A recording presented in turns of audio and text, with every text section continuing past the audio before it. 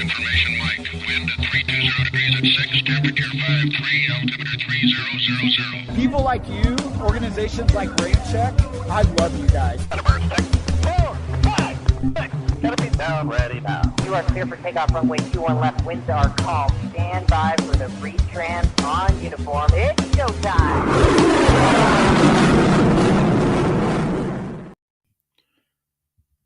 Yo. Hey, it's Aaron with RampCheck Global here. Tony was just on, but apparently he's been having some issues with his connection. I am trying to figure out exactly how to get him back on. Standby one. Let's see here.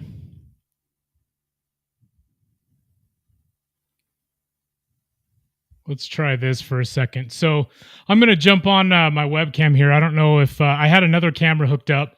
I have no idea if it had anything to do with that, but we'll just do that. So here I am. But anyway, how you guys doing tonight? It's just Tony and me. Well, so far it's just me. I don't know if Tony's going to be able to join anytime soon. His internet connections still continue to plague him. But Ryan will not be joining us. He had a previous engagement that he RSVP'd to with his significant other last month. So, yeah, couldn't really get out of that one. But anyway, let's see who's watching. Hey, send me a chat. Let's do a little Q&A right now. What are you guys all up to? Where are you watching from? Let's do that. Not sure if looks like we've got some watchers on YouTube. Yeah, where are you at tonight? And let's discuss that. But we do have several stories coming up tonight we want to discuss. We've got a little bit of red flag. We just got back from red flag 23-1. We were there last Wednesday through Friday, the 25th through the 27th. And what a blast that was. We always love covering red flag. It's one of our most favorite things to do every year. We just love photographing, meeting, and doing video of our men and women in uniform, kicking ass at red flag. And then also all the AVGEEKs out with cameras. So, Tony, welcome. Oh, did we start? Oh we did start. As soon as we went live, your signal died. I'm wondering, because I feel like I've got a good signal now. That could obviously change, but it seems like I think it changed because you're frozen again, brother. I'm sorry. It's pretty bad. Poor Tony. Let's just remove him for a second and let him work that out again. But it's good to be with you tonight. Let me pull up some chats and let's see. All right, Matt Wadman, Home Sweet Home. All right. He's up there in, I believe it's Layton, right? I don't think it's Ogden. I think it's Layton or Roy. Anyway, he's up there by Hill Air Force Base, Utah, one of our most favorite places. The home of the 388th Fighter Wing, which operates F-35A Lightning IIs. Also home to the F-35A Lightning II demo team. And speaking of that, the demo team has been practicing quite a bit up at Hill Air Force Base lately. And it's still Bayo in the cockpit. So we're guessing that she's going to fly another season, which would be cool. As a matter of fact, I was at Media Day with one of my friends, Rob, and he asked her that specifically, and she says, "Well, I can't answer." Anyway, so but she's been flying. If they were going to have a new demo team pilot by now, they would be flying because the airshow season starts, I believe, in March. Anyway, let's see. Aircraft images. Hey, there's Tony. Yeah, I know, but so close, but yet so far away. Matt Wadman and Clinton and the 35s are taking off now. Yeah, that's right. They're doing some night training. And then Spinny Side Up. What's up, Hess? Thanks for joining. Are you working tonight? Or I guess on standby, you wouldn't be working and joining in, but are you on standby tonight? Let's see here. We want to talk about a few things that's gone on in the past week in aviation, but I'll go back to red flag for a second.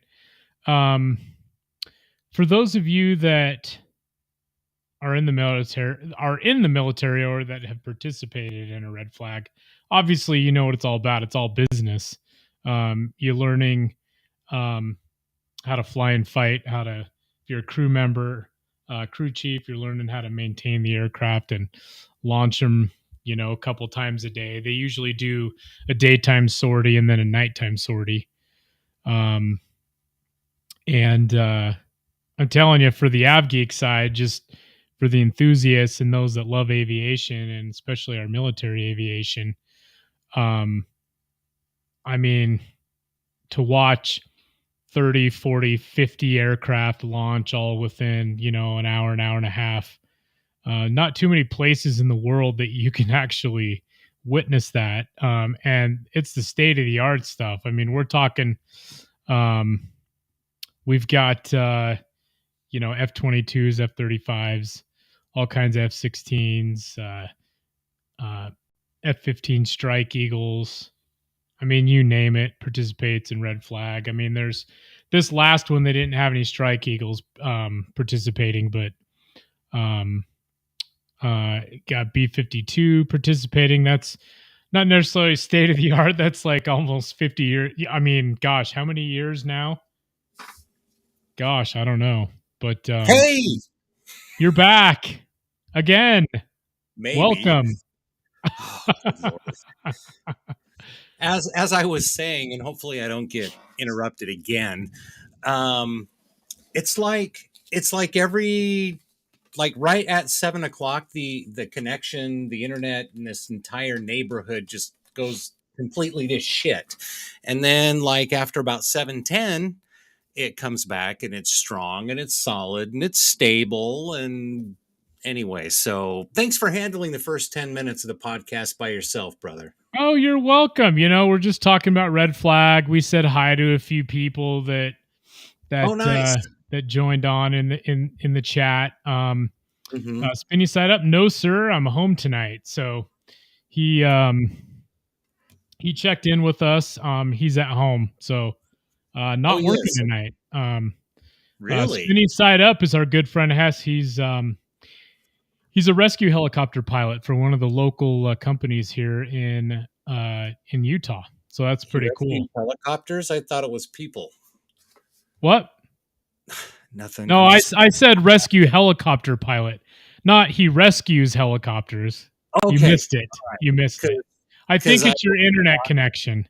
That my impression of him was wrong all these years, but yes, it was. Oh, good Lord. So I'm going to hold on one second, Tony. I wanted to just go through and show a couple pictures from Red Flag. Uh-huh.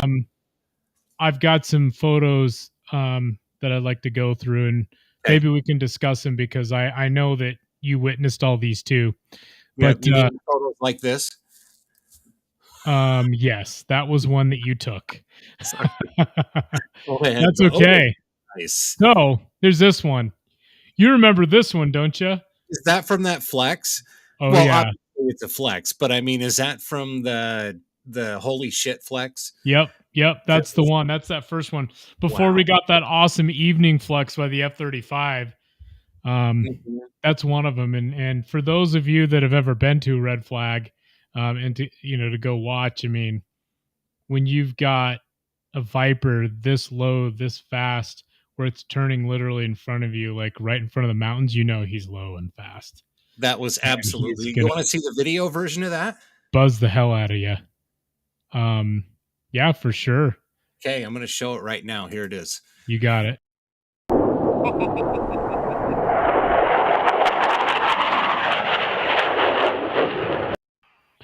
Yep. Oh yeah, I remember. That's not even the close-up version.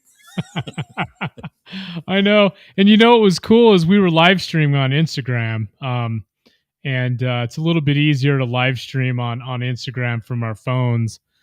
But we plan on doing more live streaming on location too, through here as well, YouTube and Facebook and Twitter. And eventually we'll get Rumble going too, because Rumble is a really good platform as well. Tony's signal just cut in and out again. But anyway, I will let me show you a couple other photos. So I think it was on the second night. I'm just looking at these, trying to pull up the right one. Oh yeah, I'll pull up this one first. So right after the recoveries on the first or second night, I don't remember which. I think it was the second night. Welcome back, brother. There was an F-35 departed from the I believe it's the 422nd Test and Evaluation Squadron.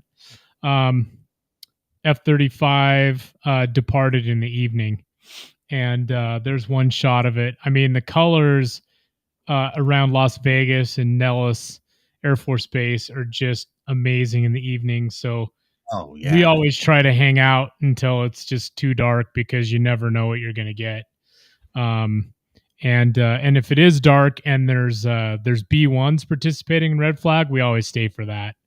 Because you can't. I mean, you can never go wrong with that. No, and you can't miss the afterburner either. I mean, it's just it's absolutely insane. Well, the sound, and I mean, when the bones launch, man, they keep those burners lit for like 10, 15 minutes. I mean, you can see it way off in the distance over the Nevada Test and Training Range. It's actually quite a sight. And the sound, I mean, if you're anywhere near where a bone launches, I mean, you definitely feel it in your chest. It's so awesome and badass. And you feel it like forever too. Yeah. Oh yeah. So here's that same F-35 from that sunset shot that I was just going through, and talking about. That's it flexing right over us. So that was pretty badass. We actually have a video of that too that we posted on our Instagram and on YouTube Shorts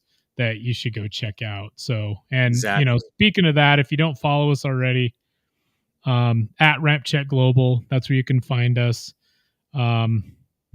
Most social medias, I mean, that's Instagram, Facebook, Twitter, YouTube. It's all just, find us, RampCheck Global. Yep. Okay, so spinny side up. He says, "Are you taking donations so Tony can pay his ISP?" Yeah, I know, dude. We need super chat signed up right away so he can upgrade. So I ran out of quarters, and so I had to run in the other room and put some more quarters in the thing. I believe you. I believe you. Oh man. Oh wow.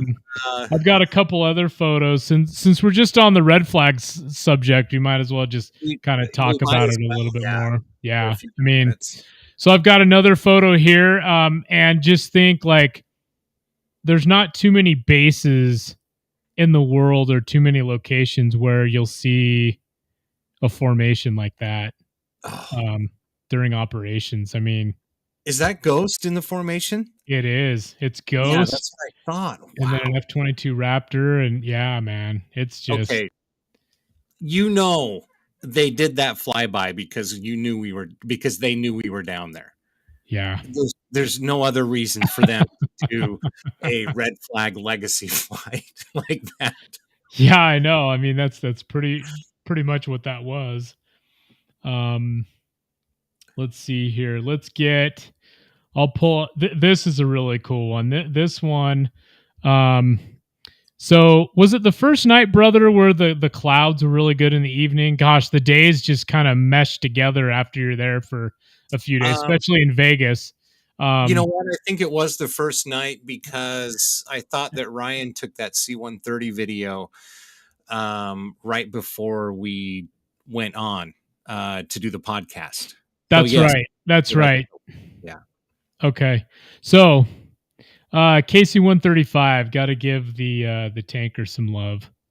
But there's a KC-135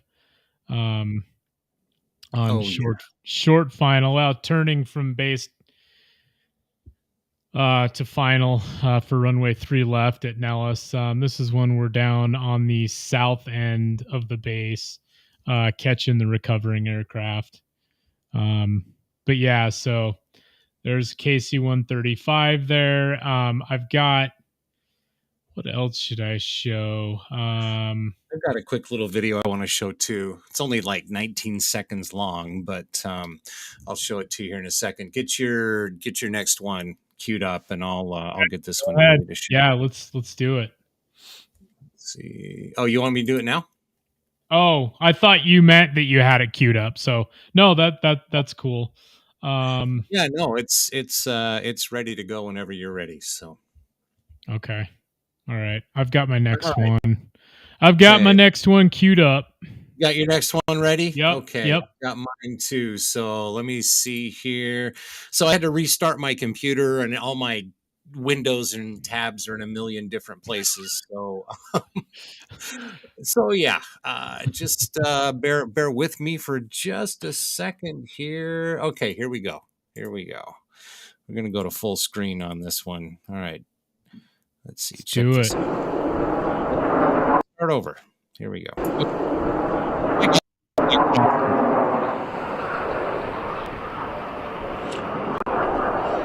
That was so cool seeing all the aircraft recover. I mean, it's just every couple seconds something's flying over. Yep. Pretty sweet. Got some Raptor recoveries. That's funny that you played that because I actually do have a shot of that moment. Or it might not have been that exact moment, but it's during that recovery in that evening. But before we move on to that one here. Oh my god, dude! Yeah, look at the colors on that. That's that was late evening, so it probably wasn't the same as your video. Mm-hmm. But I mean, there were so many Raptors out. The first fighter wing had a bunch of Raptors out there. So definitely. Anyway, it was so cool. By the way, Aircraft Images just mentioned, hey, nobody goes anywhere without tanker gas. That's right. That's right. Nobody kicks ass without tanker gas. Exactly. Funny you should mention that too, because can we reveal it now? Has it been confirmed? Yeah. It is. Yeah. Hey, we're going to have a returning guest to the podcast. I'm super excited for this. I'm going to let you announce it, Aaron, since you're the one that kind of nailed this one down. Yeah. So let's see. I need to verify the date. No, actually, I remember now. Okay. So on the 15th, which is Wednesday, the 15th of February. 2 weeks from today. 2 weeks from today. We got a good guest next week too on the 8th. We won't tell anybody who that is.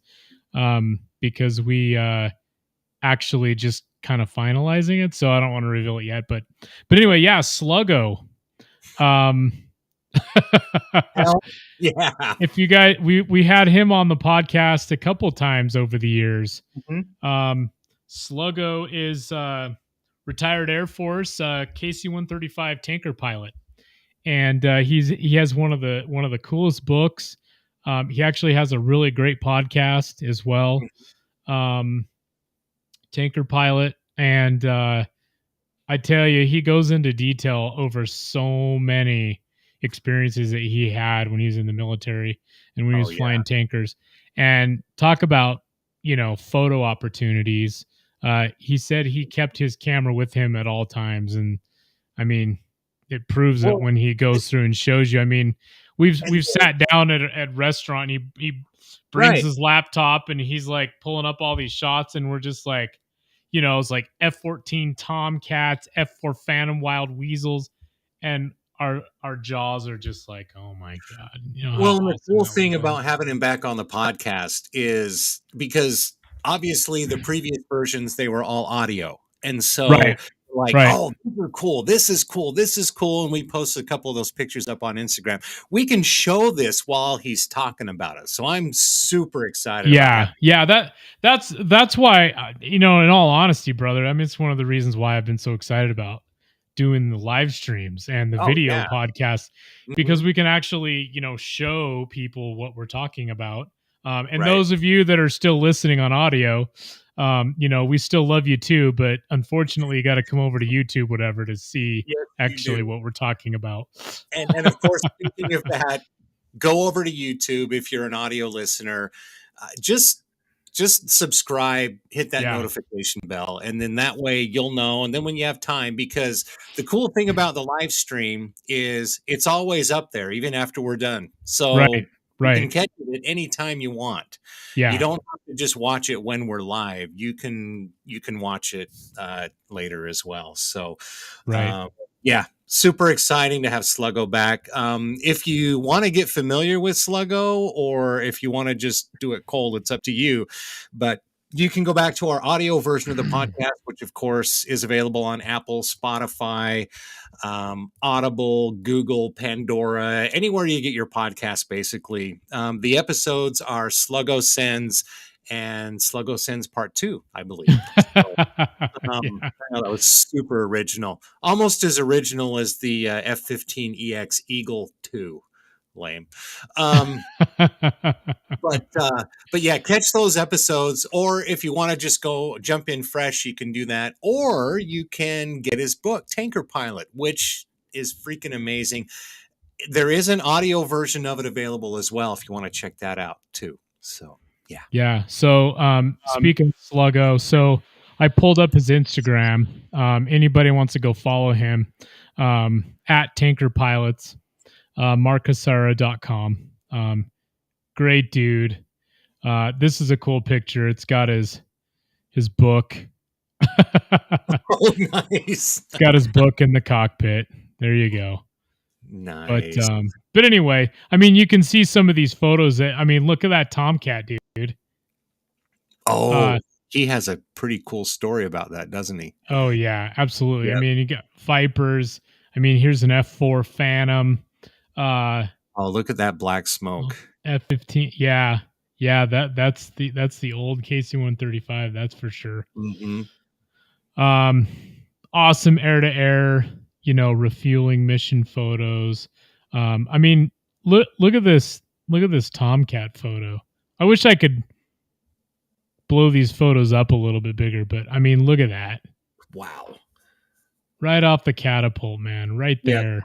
Well, hopefully, just kick-ass stuff. Hopefully he'll be able to share some of these with us when we're on the podcast. And so, that's pretty amazing. Yeah, Tanker Pilot. Great book. By the way, at the beginning of the podcast, did you explain why Ryan wasn't here? So I kind of did. I told people that him and his significant other, his girlfriend, RSVP'd to a company event, and this was like back in December before we actually scheduled every Wednesday, because you remember we were talking about what day should we do it, which this and this, so it just happened to fall on that day. So no, we didn't kick Ryan out of the club. He's just he's just absent. I was just gonna say he's on assignment or something. Yeah, he's on assignment. instead of outing him, who wears the pants? No, never mind. I'm just kidding. Happy wife, happy life, or happy girlfriend, happy Earth friend life. I don't know. Whatever. Happy girlfriend, happy life. It's the same, Yeah. no matter what. Oh, wait. Happy girlfriend, happy world. Then. Oh, look at you What do you on the think? fly. I don't know. I don't know if I would copyright that or not, but oh my goodness. Yes. Anything else to show from Red Flag? Sorry, we got a little sidetracked about Sluggo. I'm super excited to have him back. No, that'll be great. That'll be great to have him on.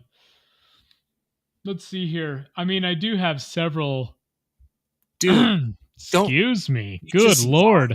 Podcast? Yeah, I just did. I'm talking so fast. I'm not used to it. Right. Do you want to hear that what looks really bad? Of course. Here, let's look at a little behind the scenes clip after you're done with it. Oh wow. Oh yeah. So yeah, here's a buff clip. Sorry, I had it queued up, but no, that's totally fine. But anyway, yeah, buff. The last day we were there, which is Friday the 27th, they were arriving on runway 21. So this is on approach to 21, right? But I'm gonna miss those smoky buffs, man. That's gonna be awesome. The airframe will be around. They're just gonna re-engine them, so it's gonna be a more efficient engine, and kind of like what they did with the C5. They just re-engined it and added like glass cockpit and all that kind of stuff. That's what they're gonna do with the buffs, pretty much. Not a full glass cockpit, but a lot of upgrades are going to be happening to the buff. So it'll be nice to have it around for, gosh, it's probably going to be around for about 100 years before they finally retire them. Oh yeah.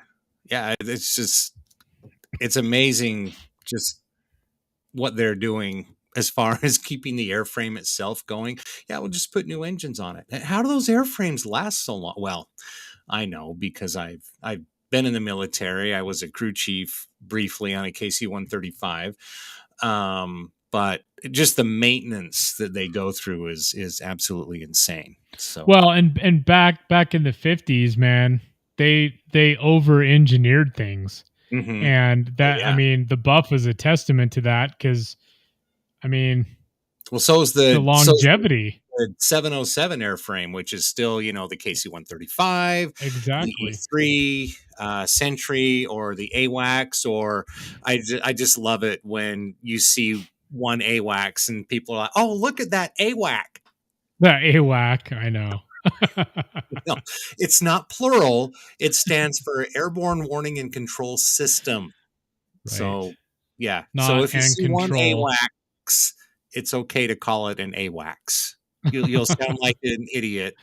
You'll sound AVGEEK tarded if you call it an AWAC. That's just wacky. All right. Exactly. AVGEEK tarded. That's a good one. I haven't heard that. Thanks. Do you want to see a little behind the scenes clip from Red Flag? From Red Flag? Sure. Yeah. Okay. Here we go. You're silly. Blind squirrel, guys. Yes, I know. Yep. Yeah, those were some good low ones, man. That was awesome. That's right. That's a. You're silly. I mean, Tony's all kinds of tech-tarded today. It's been anyway. Oh. Recording. Check 1, 2. Put both of them on so you can hear it in stereo. Hey Ryan, I'm gonna have you. Okay, just 1 sec. My shirt was all foobarred. All right. Anyway, gotta love the B-roll footage. I've got a ton too, but I don't have it queued up. Yeah, let's see if. And if you watch the live streams too that we did, we caught some of those low flux departures and, like the buff arrivals and, the Brits had their A330 MRTT there, tanker, A330 tanker. transport. And I've got some video of that. I know you've got some pictures of it that we'll show too. So, yeah. So yeah, and then I think I want to show one more. Let's see here. Let me pull this up. This is kind of an important one, I think, but you decide. Here we go. Are you going to play it? Am I going to play it? Yeah, I'm going to play it. Give me a second. Okay, here we go. Ready? Oh my gosh! Thank God. Ready? Shoot up. Shoot up. That was water, by the way. We just thought we were cool. Oh yeah. For all you That's Vegas for you. we like to shoot water with beer salt and limes, just so you know. That's right. We'll do the other one here real fast while I'm sharing the screen. All right, ready? Oh, salut.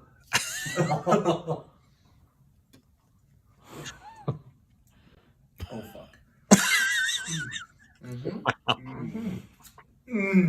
Beauty, my second. Wow.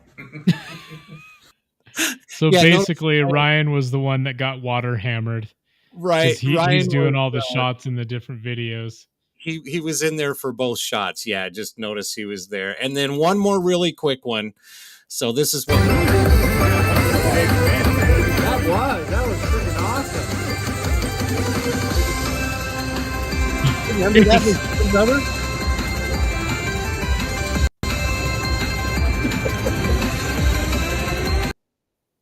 All right, that's enough of that. We definitely got to get better at sharing the videos so they fill up the screen. Well, yeah, I mean, those were. But okay, now back to jets. What do you think? Yes, Yeah. sounds like a plan. All right. Since I think we lost a few viewers since we started talking about things other than airplanes. Yeah, that's okay. All right, no problem. It's just hard getting used to just going back and forth again and having extra time. And notice with the two of us, the timing's a little off. Of course, that could have something to do with my internet connection. Well, I think it's more your internet signal because I think everything's going pretty good. Yeah, it is. I don't well, know. And the thing is too is we're still new to this live streaming thing. Mm-hmm. There's things we definitely need to improve, as sharing of some of the content and those kind of things. But I mean, obviously, we appreciate you watching, and a year or two from now, you'll be watching us, and you'll be like, wow, I remember when those dudes it was rough around the edges. I remember when those guys sucked. Yeah. When they were stream-tarded.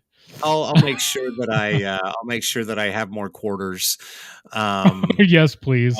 When we start the podcast, for sure. Wadman joined in, just said hello, asked us, speaking of red flag, did the 65th come out to play? Yes. Oh, actually, they did. And the first time I saw them, it was really frustrating. Yeah. The first time they went out, Dream 6 departure, which is an IFR departure, basically take off and just climb out. And so as a photographer, videographer, that's not what you want. And then the second day, they flexed, but we were a little bit too far north, damn it. So all we got was the bottom of the jets. However, I have a really good friend down there, and he caught this today, and I'll just have to hold it up because it's just on my phone. I don't know if you'll be able to see it clearly. Look at that. Oh, seriously? Dude, look at that. He's holding paveways on his wings. Wow. Yeah, so that was kind of crazy. So I don't know if, the 422nd took their jets or something today, but yeah, flex right in front of him in nearly beast mode. That was pretty awesome. Yeah, kind of jealous. I know. I know. Yeah. Sick. Hey, don't forget to catch the RampCheck podcast, mostly in its entirety, every Wednesday night at 7 p.m. We're live on Facebook. We're live on Twitter, YouTube. And make sure when you watch, you like what you see, whether you like it or not. I'm just kidding. hit the like button, subscribe, share it with your friends, family, whoever you want to, and make sure you hit that notification bell as well. Yeah. And Wadman, good God, that is beautiful. Referring to the photo that I just showed you guys. I would say who that is that texts me, but he likes to remain anonymous. Oh, I know exactly who you're talking about. How come he was there this week and not when we were there? He asked me if you still had the Pearl Harbor DVD that he gave you years ago. Oh, well, yeah, of course. Why does he want it back? I'm not giving it back. He may want to watch it more than once, so he may need another one. he just watches the love scenes. That's all it is. Well, are you projecting what you do on other people, brother? Nope. Not at all. That's funny.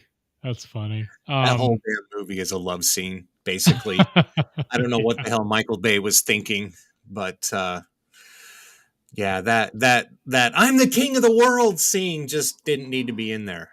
That wasn't Michael Bay. Oh, that was Titanic. Well, it felt like Titanic at times.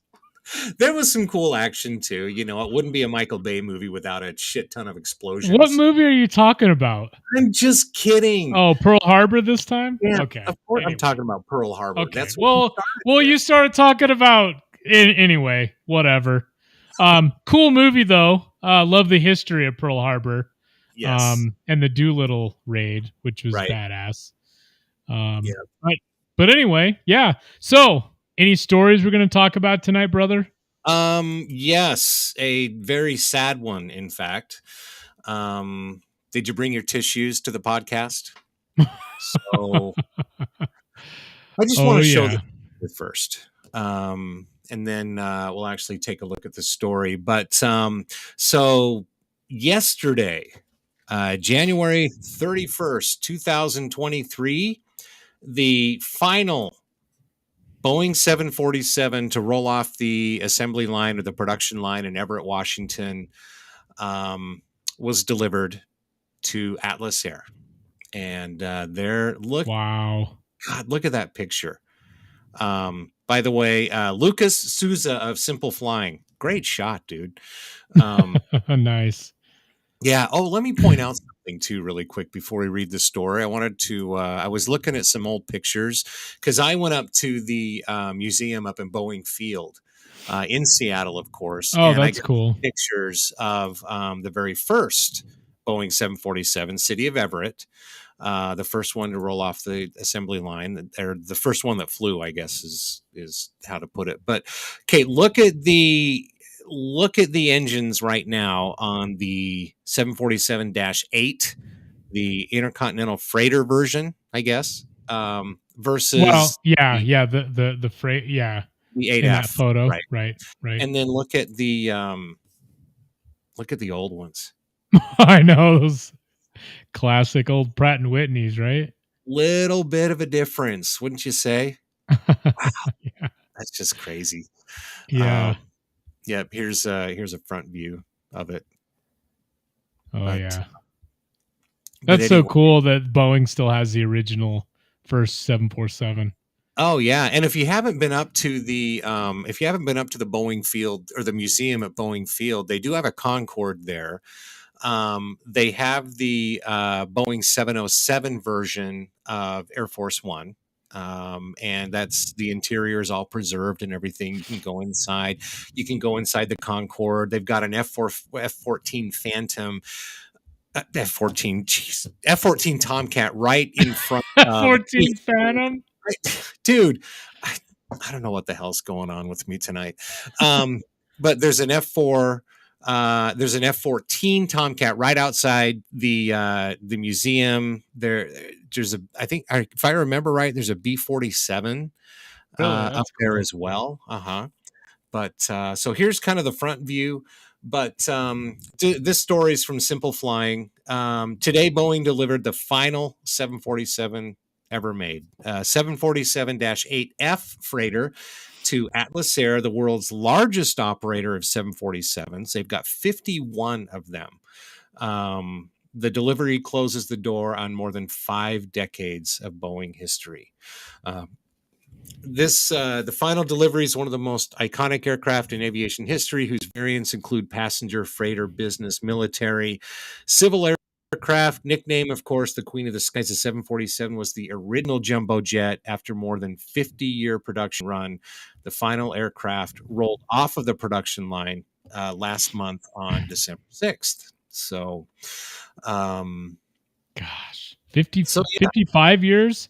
Is that right? Is that 55 years. Yeah. So it's going to be wet leased to Kuhn and Nagel. I'm not sure exactly, but it was the 1,574th 747 manufactured since 1969. This one's nicknamed Empower. And then it will operate,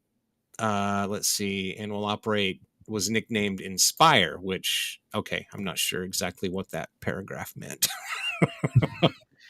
Yeah, I don't know if that has anything to do with. Well, I know, right? It was, so this one's Empower. Are they going to Atlas Air? So I guess it was originally nicknamed Inspire, but Atlas is going to call it Empower. I don't understand. But there's the front, there's the nose. Pan Am, of course, was the launch customer for the first 747 ever created, the 747-100.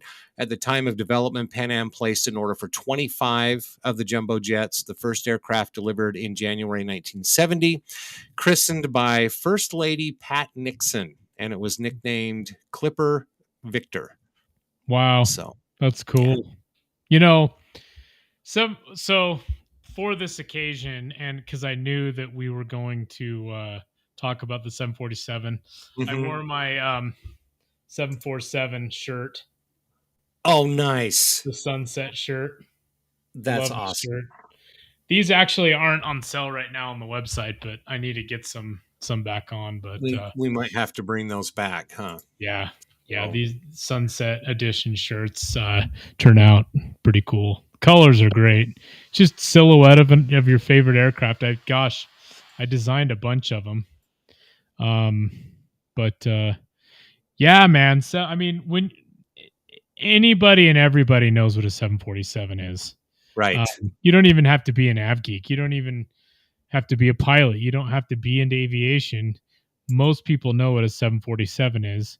I mean, it basically created wide body travel and allowed air travel for the masses, not just the wealthy. And that's what was so cool about the 747. A couple things that I've read about and picked up over the years of the 747 and the significance of the design and its capabilities and why it was about. Well, many people may not know this, but the original 747 design, the reason why they put the cockpit and the hump above the main fuselage of the aircraft was so that it could easily be used as a freighter. So you could put that hinge nose on it, just like the freighter version is now, just like a C-5 Galaxy or an Antonov. Yep. And it made it so unique. So it was almost kind of like a backup plan. Well, hey, if this thing fails as a commercial airliner passenger service, this thing is just perfect for, large, cargo operations. Well, and if you remember too, one of the variants of the 747 was the Combi, which was supposed to be, a 747 right now, or any jumbo jet or any heavy, can carry some form of or some capacity of cargo, but this was designed to hold a lot more cargo and less passengers. And so, so I mean, it worked out perfectly. Speaking of Pan Am, can I show you a quick video? Yeah, let's do it. Okay, let me show you this. This is pretty awesome. Chances are you've heard about the plane with the spiral staircase in first class. The plane with the 2 wide aisles and the 3 widescreen movies and the 8-foot ceilings in economy. And chances are you've wondered, who's going to get this incredible bird off the ground? Now you know. Pan Am will bring you the world's first 747. Pan Am will bring you the plane with all the room in the world. Before you know it.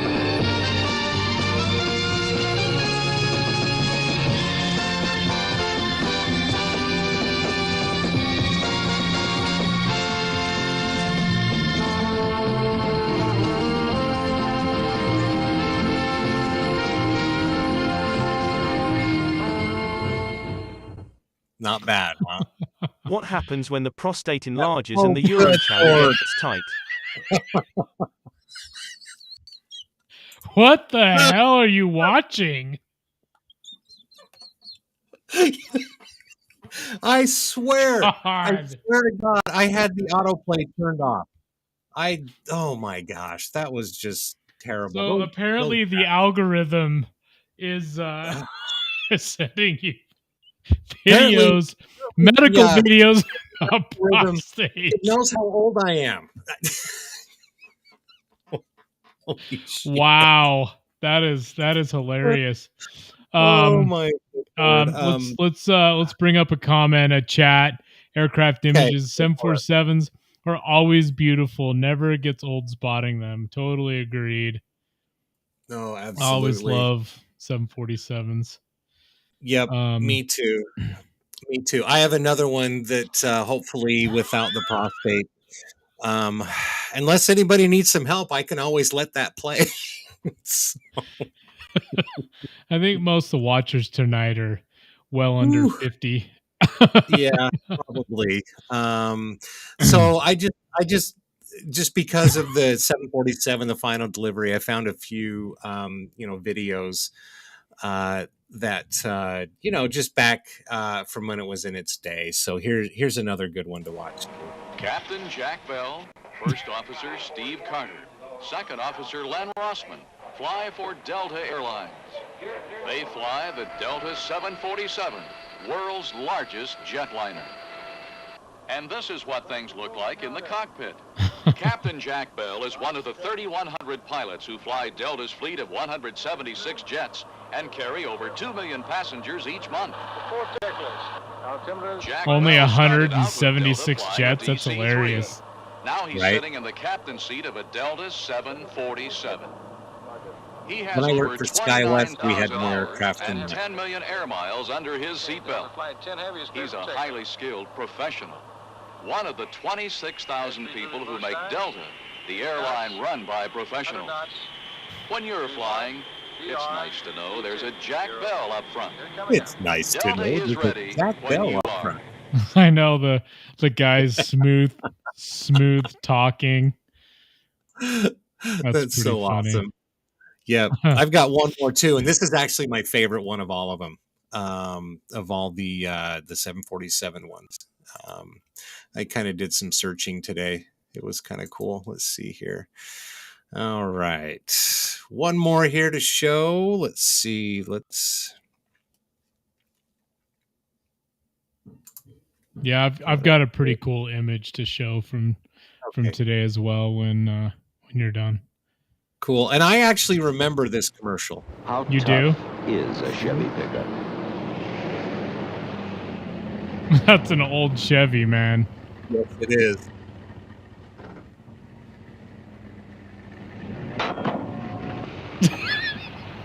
The super zoom by the camera. This completely stock four-wheel drive Chevy pickup is pulling an American Airlines 747 luxury liner with its jet engine shut down.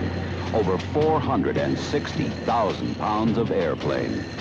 The Chevy is equipped with a 350 cubic inch V8 and turbo hydromatic transmission, and it's loaded to its 7,500 pound capacity. That's cool, the old classic. Right? American If you want Airlines toughness in a 747. pickup, choose the one that's tough enough to move a 747. Chevrolet, building a better way to serve the USA. Cool. Nice. That that was my favorite color scheme of the 747 of all time. Yeah. The polished metal with the red, white, and blue. Yeah. So American Airlines, you guys did good. I know, that's pretty cool. Okay, so I'm gonna pull up. So this was kind of cool. Combat Learjet posted this today, and anybody could have gone on Flight Radar to see this, but when the last 747 ever made flew this flight track after departure from Painfield.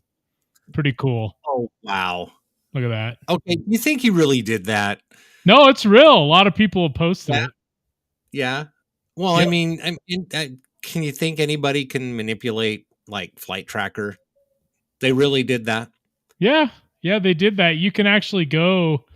I'll pull it up while we're kind of talking about it. Mm-hmm. But you can actually go.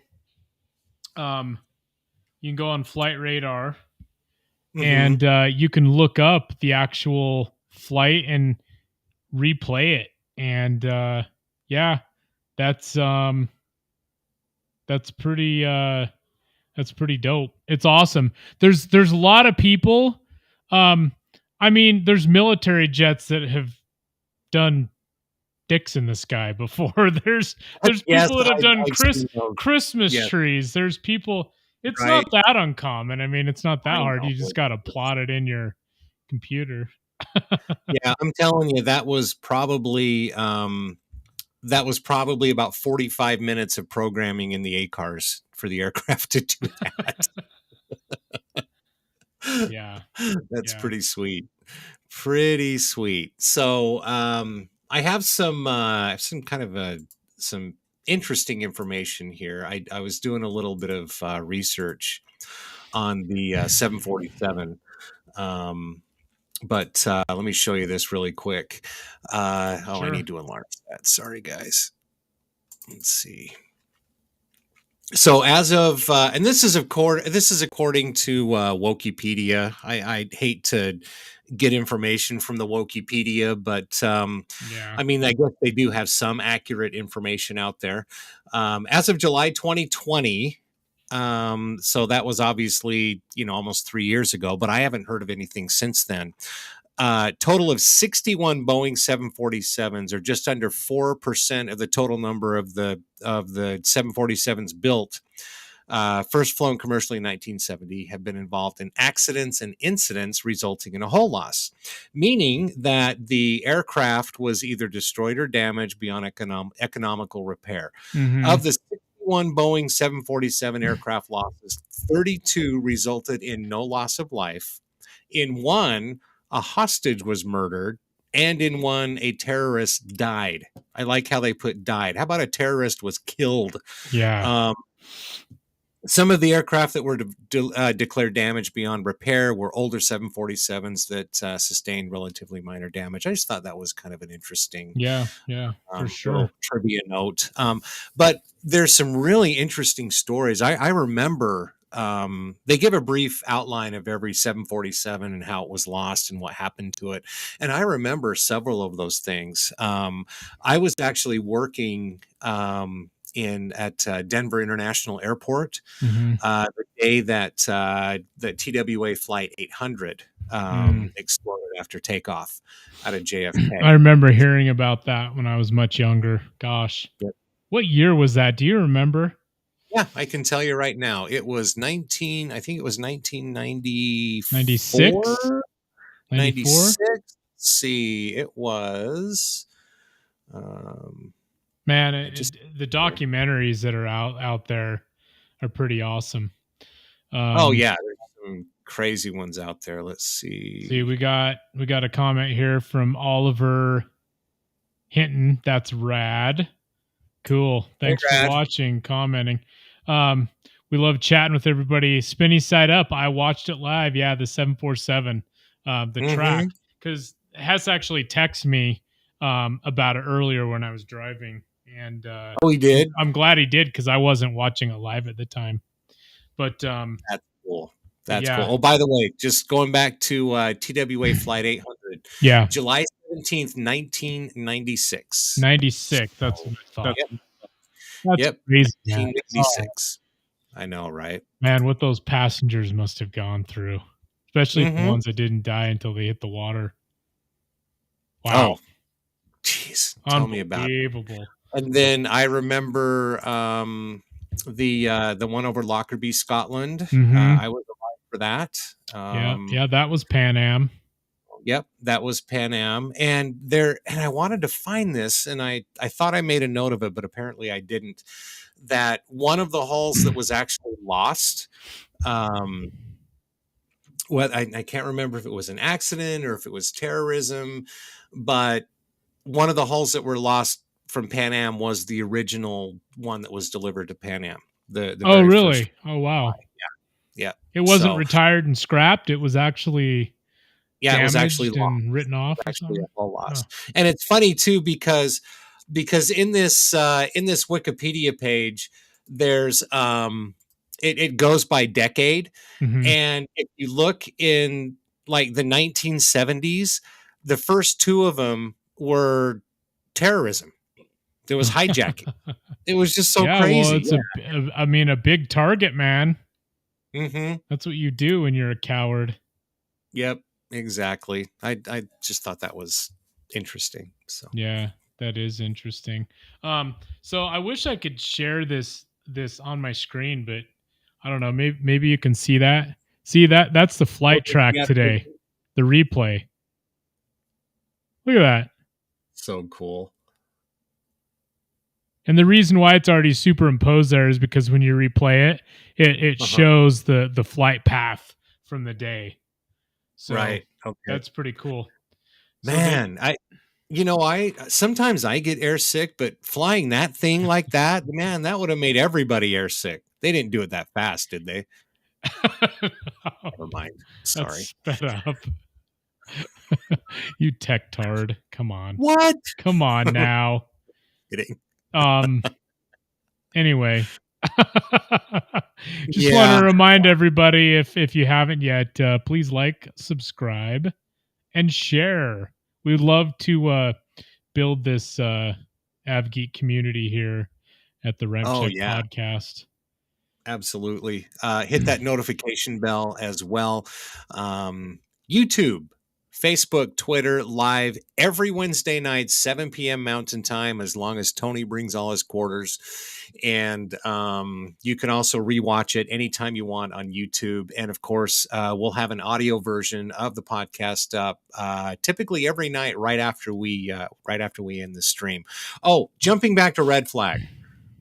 This was the view from our hotel room. What do you think? Yeah, not bad at all. Don't you remember the first time we all went to Red Flag together and we stayed at the Motel 6? Yeah. However, close and convenient. Yes, that was a lot closer and convenient, man. It's a pain in the ass driving into the downtown Vegas, but you can't beat that view. The only thing that sucked about that, brother, is it was so damn cold.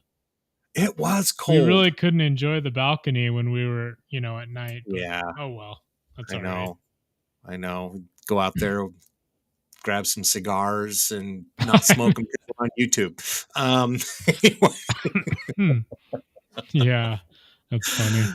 Oh wow. Let's see. So, anything else we want to say about the Queen of the Skies? Now, of course, the 747. You're going to see it for decades to come. Oh yeah. Because not as many airlines are flying passengers in them anymore. There are still a few, but even as they retire those aircraft, those will probably become freighters, and our great grandchildren will probably still be able to see a 747 freighter in the skies at some point. So, but anyway, yeah. So there's still. There's still quite a bit of operators. Passenger versions. Lufthansa still flies them. Air China still flies them. Of course, Atlas Air, they've got a bunch of the freighters, and Asiana even still flies them. Korean Air. Is Coletta still around? Oh yeah. Yeah. They still fly. Operator. Yeah, absolutely. So there's still 747 operators out there, and even the passenger variants. I mean, it's you know, I always love putting on the live stream airline streaming channels on YouTube. LAX The flights is LA, great. so the LA flights is an awesome Or one. LA flights. Yeah, Sorry. LA flights. There's airline videos. That's also a good one.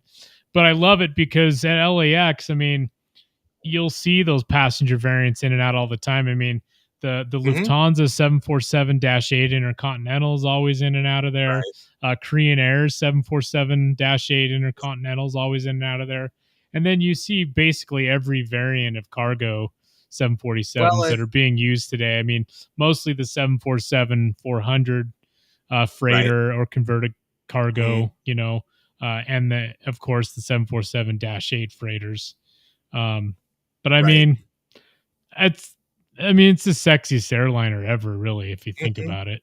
Right. And if you go to the big gateway airports on the coasts, you know, LAX, San Francisco, Seattle, Anchorage, JFK, probably Boston, Baltimore, BWI, you'll probably still see a lot of the 747s coming in and out, the passenger versions. Obviously, you'll see freighters, but there'll still be some passenger versions out there. Yeah. And they'll be operating for a while. And then, you know, they'll, after they're done operating here in the States, after their usefulness, then, you know, you'll see them flying in some obscure country in Africa. Or they'll just convert them to freighters, man. They'll fly the wings off of them in the freighter. I mean, I remember when I ran de-ice operations at Salt Lake International Airport for basically all the airlines except for Delta. UPS would charter Caleta. They'd bring in an old 747-200 freighter. I mean, it was an old school one, man, and it was awesome. Well, and the thing about those Caleta freighters too is they looked old. Those things, they're just so dirty and dingy looking, you know. I mean, but it's a freighter, so what does it matter? Yeah. But yeah, they just looked old. I had a friend that I dispatched with at one point who actually worked for Caleta for a while. Oh, that's cool. We got another chat here. Matt, I say the man. Just because I think it's... Welcome back, buddy. It's good to hear from let's see here. I saw 747-8 a few months ago. Oh, it does. IAD. Okay. Cool. Yep. Very cool. Yeah, IAD. So. That's awesome. So Tony, why don't we I know both of us have actually flown as passengers on the 747. Since you're the oldest, you can go first. Why don't you talk about your experience and you know what airline, where you flew, you know, to and then I'll go with my story. So our sister Lisa, I know you know our sister Lisa, Aaron, but maybe all of our listeners don't. Do I? Or viewers. So she was at school. She went to a year of college out in Hawaii. And when that school year was finished, mom and dad I remember this fucking story because you stayed home, didn't you? Yeah, all of you assholes left Ryan and I with a neighbor down the street. Oh shit. That was fucking terrible. Who are you with again? It was the Lees. I'm so sorry. Oh my gosh. So I will never forget that. So mom and dad booked the trip. And by the way, Lisa, when she flew out and went to school, I can't remember the name of the charter company, but they flew an old Boeing 707. It was Skyworld Airlines. Skyworld, that's right. Okay. And so we have some old photos somewhere of that. It was blue and white and yellow, I believe. Yep. I know exactly with the little world logo on the tail. I remember that. Yep. So mom and dad booked tickets to, you know, for the three of us to go out there. And after they booked the tickets, I noticed that, hey, we were flying out on a DC-10, which was really cool. That is really cool. Yeah. Right. but we were flying back on a DC-10, and damn it, I wanted to fly on a 747. So Well, first of all, what airline was this? What This was airline? United. United Airlines. Classic old Yeah. United DC-10s. Right. Yep, old United DC-10. That was I loved it, but I wanted to fly on a 747. So I actually talked mom and dad into changing my flight so I could go out earlier that day and fly back on a 747. And so I flew from Honolulu to San Francisco on a United 747. Nice.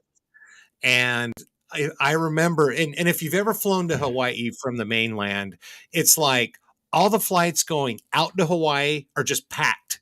They're packed. But then when you come back, so they're like empty. It's nobody wants to leave. So, oh shit, I got that backwards. The flight out on the DC-10 was virtually empty, but the flight coming back on the 747, we were packed. But the cool thing is, I let the gate agent know and the crew that this was my first time on a 747. I've always wanted to fly on one. So before we departed, I got to climb the spiral staircase and go up into the flight deck, cockpit, whatever you want to call it. Should I play that prostate commercial again? Anyway, please no. And so I got to look around, and the crew was really cool. I was 18 at the time, 18, 19 at the time. And I remember the photos, man. Yeah, this was right before I went into the military as well. And so it was just a great experience. That's the only time I've flown on a 747. So that had to have been a classic. Like, was that a -200 or a 100, man? It was probably a 200, actually. Yeah. Now I know the 300s had the extended hump, but it wasn't. They didn't have the same engine as the 400 or the wingtips. But I'm sure it was a 200. It was a great experience. It was a lot of fun. It was really cool, and then. I worked for SkyWest for all those years, and I got to fly on United and Delta and a bunch of different airlines. Never flew on a 747 again. Got to fly on a 777, but that was pretty much it. But that was my experience on a 747. What about yours, brother? Oh, should we go to Oliver first? Yeah. My first 747 experience was working the ramp on Tower Air Charter for the LDS Church out of Salt Lake. Were they sending the whole church out of Salt Lake? That is actually really funny, Oliver, because, and if Hess is still watching, he'll know this story. So years ago, this is late 90s, Hess and I worked the ramp together for Hudson General, and the LDS Church did charter a Tower Air 747-200, came into Salt Lake City. And I actually have, I have the picture still. Yeah, Hess. So I took a picture of Hess standing in front of the nose gear, and it's like, Hess is tall. He's taller than me. I'm 6 foot tall. So, I don't know how tall he is. He's 6'2", 6'3", 6'4". I don't know, something like that. But Hess, send that picture to us. Yeah, I know I have it somewhere too. It's probably on my hard drive somewhere. As a matter of fact, I know where it's at, but it's on an external hard drive right now, so I couldn't even pull it up if I wanted to. I'd have to hook it up. But that's so funny that Oliver Hinton. How long ago was that, Oliver? If you're still watching, I'm curious to know when that was, because I do know that had to have been a while ago, because Tower Air hasn't been in operation, I don't think, for a while, right? Are they still in operation? I have no idea. I haven't heard anything about Tower Air for years. I can't describe exactly what the paint job looked like, but I remember I liked the paint job of the Tower Air 747. Yeah, they're cool. So Oliver Hinton says 96, 97. Damn, that's almost the same time that Hess and I were out there working it. So I wonder who Oliver worked for. Well, how 'Cause about you ask him, Oliver? Who did you work for? Exactly. Well, I was just thinking that I'd already mentioned this, but Hess and I work for Hudson General, but Right. But anyway, so I worked for Hudson General as a fueler out at Salt Lake International. Never got to fuel anything like that. It was all pretty much Southwest. Yeah, look at Oliver worked that, for- Oliver hitting Hudson General. That was so funny. I wonder if Hess remembers his name, but anyway, so we're kind of running long on time here. We're already plenty over an hour, but I'll just talk about my 747 experience. So, I flew on an Air France 747-400 from Paris Charles de Gaulle to Atlanta, Georgia. This was back in the early 2000s. And I was so excited when I found out that the flight back to the States was on a 747-400. Didn't you fly out on a 777? I did. Yeah, it was a Delta 777-200 from again, Atlanta, Georgia. Right. That whole flight, it was crazy. It was from Salt Lake City to Atlanta. It was a 757-200. And then from Atlanta to Paris Charles de Gaulle, it was a Delta 777-200. And then from from Charles de Gaulle to Amman, Jordan, which was, what was that airport called? Queen Alia, or I don't know. I might be getting that wrong. Anyway, that was on an Air France A320, and I'll never forget that flight because I get on board and the flight is packed.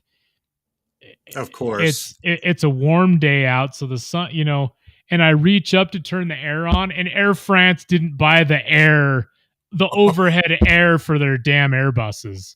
No. It was so annoying. I remember just being so irritated. That would just. But yeah. Oh, I'd be. Yeah. So anyway, and then on the way back, it was basically the same thing, except from Paris Charles de Gaulle to Atlanta. It was an Air France 747-400, and I'll never forget that, walking around the aircraft, like, in the middle of the Atlantic, getting up, stretching out my legs, walking around. The flight crew were nice enough to, I walked up the staircase to the hump and, looked around up there and it just, what a beautiful aircraft. I'm so glad that I, at least got to, and I mean, we're kind of talking like there won't be 747s anymore, but there will, they just won't be making them anymore. Right. But anyway, so yeah, let's go back to Oliver. Sun Country and ATA ramp and SkyWest refueling. Wow. So he back then it was Brazilias and Metroliners still, and maybe some CRJ 200s. Yeah. Well, and if he was doing Sun Country and ATA, then those were 727s and L1011s probably, right? Yeah, for ATA. That's right. And then Hess. Oliver must have worked for Westside Pablo. Oh my God, dude. Those ramp days, man. Oh, yeah, I remember. I tell you what, pre 9/11, man, if you worked nights or graves, you basically owned the airport. It was so fun. I mean, we never did anything that would be dangerous, but it was always so fun. I mean, the access you had and the cool things you could see. Yep. Oliver said DC-10s and 727s. Yeah. Okay. So, yeah, I don't. ATA didn't have DC-10s. Sun Country did though. Sun Country did, but ATA had L1011. I forgot that he was also talking about Sun Country until I just read that. So yeah, that makes sense. Yeah, I remember the Sun Country DC-10s that came in and out of Salt Lake City all the time. I do as well, man. We could talk about, once Ryan gets back on the podcast next week, we could talk about stories from Salt Lake International. Oh my gosh, for hours. I have some old High 8 videos I need to convert to digital of Hess and I working together. We seriously look like our balls just dropped. I mean, we look like we're 13 years old. I didn't say there were pictures of that. I said we looked young enough. That's good. We look That's so good. young. Okay. Hey, just a reminder, everybody, you can check the RampCheck podcast out every Wednesday night live, 7 p.m. Mountain Time. By the way, that's GMT, Greenwich Mean Time, -7 for those of you across the pond or keeping track in military time. We had a guy from England on last time. Remember, it was like 2 a.m. for him. Yeah, we did. He's not back. I hope we didn't, piss him off or anything. Yeah, right. But check us out live every Wednesday, 7 p.m. Mountain Time. You can catch the stream. We prefer you catch it on YouTube because when you're there, we'd like you to subscribe, share the podcast, hit that notification bell, and, of course, hit the like button as well. You can also watch it, though, on Twitter and Facebook Live. So we got another comment here. It was early in Aaron's photography career. He told me those photos are just to test the lighting. Actually, I remember him slipping me $100 bill. So I don't know what that was about. Oh, I want to hear that story. Whoa. Yeah. Anyway. Oh, I'm just kidding. That's funny. Preppy 235. Dude. I'm late again. What I missed? Dude, you missed the whole damn show. It's 8:18. You missed us talking about the 747. You missed talking about my technical difficulties again. That's too funny. That is funny. So, I've never had that kind of money. Well, I wouldn't have accepted anything else. So let's put it that way. That's funny. So anyway, well, we can wrap it up now, brother. But anyway, little Hess, you'll have to watch you'll have to replay it once we're done with the stream. Yep, absolutely. So our last, let's see, we got let's see, hold on a second. Keep losing track of everything. Okay, here we go. Our last story tonight. This comes from The Blaze, but a lot of other news sources have reported this. This just blows me away. I mean, it's almost like this is something we want to spend more time on. Do we want to spend more time on this next time with Ryan, or should we just talk about this now? I don't know. I mean, we could probably go into it more with Ryan too, because he has a lot of ramp experience as well, and right. But I mean. It is what it is, man. The lady just wasn't paying attention. Nope. I mean that's pretty much and just ignored everybody's basic warnings, like got to stay away. The thing that blows me away about this whole story is I'm just going to read this. Can you zoom in? You want me to zoom in more? Yeah, sorry. It's not quite. I just want to make sure everybody can see it okay. Okay, here, let me do this too. We can blow it up a little bit as well. So the airport crew member who died horrifically a few weeks ago when she stepped in front of a plane engine was repeatedly warned about the impending dangers, according to a report issued on Monday by the NTSB. That was last Monday. That would be whatever. Yeah. Anyway, the 23rd, I believe. Yeah. Courtney Edwards, a 34-year-old mother of 3 children. She was a ground handling agent.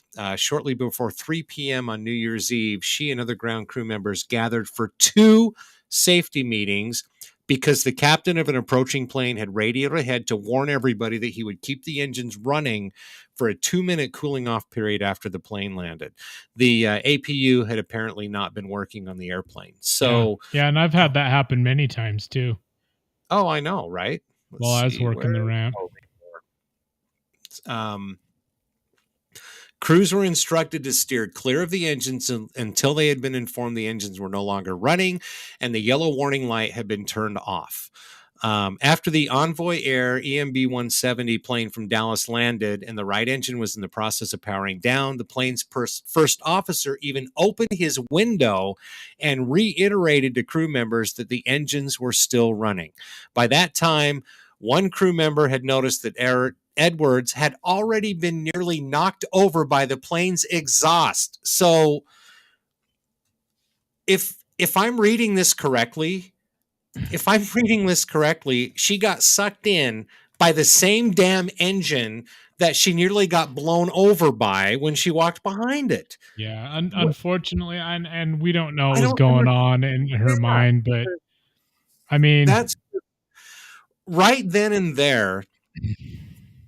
It should show everybody that when you're working out on the ramp, whether you're on the ramp, whether you're on the aircraft, whether you're in the cockpit, whatever phase of flight the airplane is, whenever you're working around airplanes, if you lose your situational awareness for 1 minute, that's it. I mean, it can kill you. And this is a perfect example of that happening. Well, and it and did not have to happen. no, it didn't, and it almost makes you think with rampers, quote unquote rampers, ramp workers. Right. Rampers, baggage handlers. And I don't know if maybe it's the generation. I don't know. I mean, do you just need to tell them if when an aircraft pulls in, you just stand by until I give the go ahead to do anything? Because it just, I don't know. It's just, well, and it almost, and you can obviously, Monday morning quarterback this thing, forever. But it almost, you would think that if I was working out there and if I was the supervisor or if I was, the lead on that particular crew or whatever, right after those briefings and then seeing her walk behind the running engine and almost get blown over because of it, I probably would have pulled her aside and just pulled her off the plane, period. Yeah. And that could have saved her life. I don't know. And that's obviously, it's nobody's fault. And I hate to say it, but hers, because they were warned multiple times. And I guess sometimes you just don't pay attention. You got other things on your mind. Yeah. Yeah. She wasn't paying attention, or she didn't give the aircraft the respect that it needed. And who knows why? Maybe she just didn't care. Maybe she didn't want to be at work. Maybe she had something else on her mind. Maybe who knows? I mean, you feel bad. I mean, for a kid, or surviving kids, and it's just a terrible way to go. Totally avoidable though, unfortunately. Absolutely. Speaking of being safe, of course, it's cold out there right now. Bundle up. There's lots of things on the ramp that can bring you down. But yeah, don't slip, layer up, stay warm. And Spinny Side Up says, I thought it was pretty common to wait until the anti-collision light was turned off. Yeah, totally. Totally. Because I mean, you work a larger airline. I mean, this was an EMB 170. I mean, you can't even stand in the engine of an EMB 170. But you get a bigger, aircraft. I mean, some of these new airliners, like the A320 NEOs, the 737 MAX, 787. I mean, these engines are so much bigger. There's huge high bypass, turbofan engines, and they suck a lot of air, man. And if it's running on the ramp and you're anywhere near that thing, you got to give it lots of clearance. Well, and just to give you an idea of how powerful these engines are, and these blades, they test these engines by firing frozen turkeys into them while they're running from a cannon. I know. And they still hold up. So what do you think they're going to do to a 150-pound person? Yeah. Anyway. So oh man, we can talk about that more at some point. But don't forget, coming up in 2 weeks, it's the return of Sluggo to the RampCheck podcast. I'm really looking forward to that. Yeah, me too. We'll let you know here in the next coming days when we get next week's guest confirmed for the podcast as well. Ryan will be back with us as well. Unless he has more honeydew items he needs to. Yeah, no doubt. I had to give him a little bit of shit. I was hoping that he would check in tonight, but apparently he wasn't able to. He's got his leash on. Deanna's going to kill us for saying that. That's just how it goes, though. Sometimes. Right. It is. Don't forget about our other social media accounts at RampCheck Global. And let me say that again, at RampCheck Global is where Correction you at can find RampCheck us. Global. That's funny. What I said. Oh, sorry.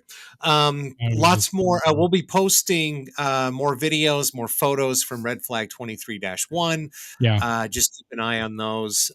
Good way to do that is to subscribe to our YouTube channel at RampCheck Global. When you subscribe, share it, check out some of our other content. We've got lots of shorts that are appearing more and more each day.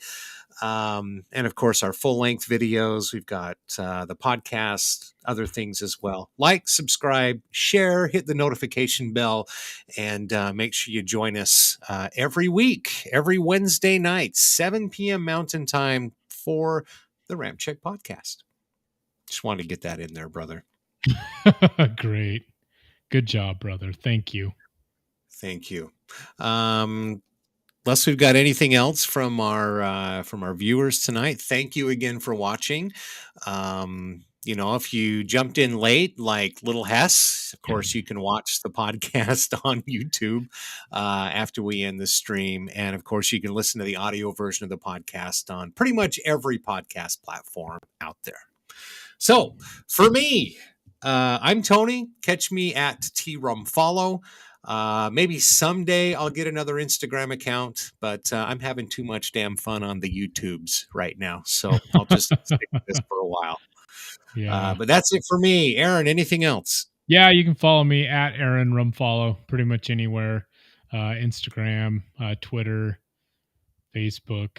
But please do follow RampCheck at RampCheck Global and our YouTube channel. We appreciate those of you that watch the live stream tonight and those that will watch us at a later date. Thanks for the interaction on the chat, everyone. We always love that. We just love talking aviation, and that's why we're here. We hope to grow our AVGEEK, quote unquote AVGEEK community here. Yeah, that's pretty much it for me. Once again, you can go to the Ramp Swag store. We've got some cool stuff. I actually added the F-35 shoes. The camo shoes to the website this week. We'll have to. Those were a huge hit at Red Flag. Do you have a second to show them real quick, brother? Why don't you pull those up there because I want people to see them. Yeah, I don't have them queued up on the computer, but I can show you on my phone. Wadman actually was going to buy some, but we can only manufacture them up to a size 12 right now. So, and he's bigger than that. That just shows you how tall he is, how big he is. Anyway, so here's a photo. Those are so cool. Those shoes. Oh yeah. Yep. Yeah, and then that's pretty awesome. Yeah, like that there. That's pretty cool. But yeah, those were actually a lot more affordable than you would think. Yeah, they're only $75. $75. So $75, go to man. Go to the hashtag RCG Ramp Swag store right now. In fact, I'm going to put the little caption up right there. Go to the hashtag RCG Ramp Swag store right now. www.rampcheckglobal.com. You'll be able to find a link right there that'll take you right to the Ramp Swag store. You can get all cool stuff, but be one of the first to rock those shoes. I'm sure now that the orders are live, we're going to get a bunch of orders from them. So I'm excited. I can't wait for mine to come in. And I happen to wear a 12. So, well, perfect. You can get them. That's the cutoff. Exactly. So, yeah, once again, thanks you guys for watching. Just Spinny Side Up says, good day, eh? And hey, well, that's Ryan's line. He's going to be mad. Anyway, Aircraft Images, another great episode, gentlemen. Thank you again. We appreciate you guys so much for watching. Lil Hess, I've been reminded. See you boys next week. Great. Sounds good. Well, thanks again, everybody, for watching the RampCheck podcast. Aaron, I'm going to let you do the send-off because I'm used to Ryan doing it, and I'm ready to push the button. Good day.